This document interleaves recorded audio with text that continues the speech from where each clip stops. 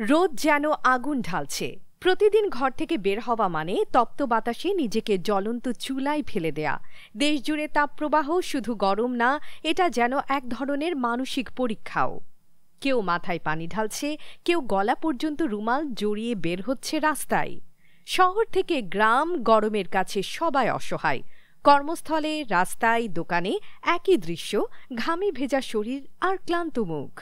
আবহাওয়ার অফিস বলছে, দেশের বেশ কয়েকটি জেলায় বইছে মৃদু থেকে মাঝারি তাপপ্রবাহ। তাপমাত্রা কোথাও ছুঁয়েছে ৩৯, আবার কোথাও পেরিয়ে গেছে ৪০ ডিগ্রি সেলসিয়াস। বিশেষ করে রাজশাহী, যশোর, কুষ্টিয়া, চুয়াডাঙ্গা, খুলনা এগুলো যেন দেশের হিট জোন। এমন গরমে রাস্তায় থাকা মানে চুলা জ্বালিয়ে হাঁটছেন আপনি।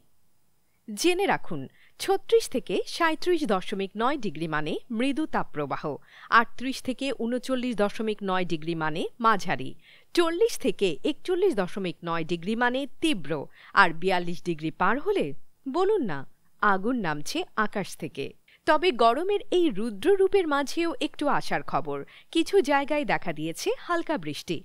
ঢাকা, নোয়াখালী, ময়মনসিংহ, চট্টগ্রামে বিকেলে বা রাতে মাঝে মধ্যে নেমে আসছে ঝিরঝিরে প্রশান্তি।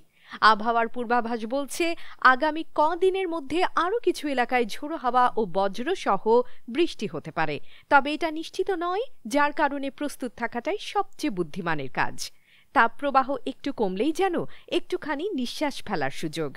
তবে গরম পুরোপুরি যাচ্ছে না, তাই মনে রাখুন, রোদ এড়িয়ে চলুন, প্রচুর পানি খান, শিশু ও বয়স্কদের বিশেষভাবে খেয়াল রাখুন।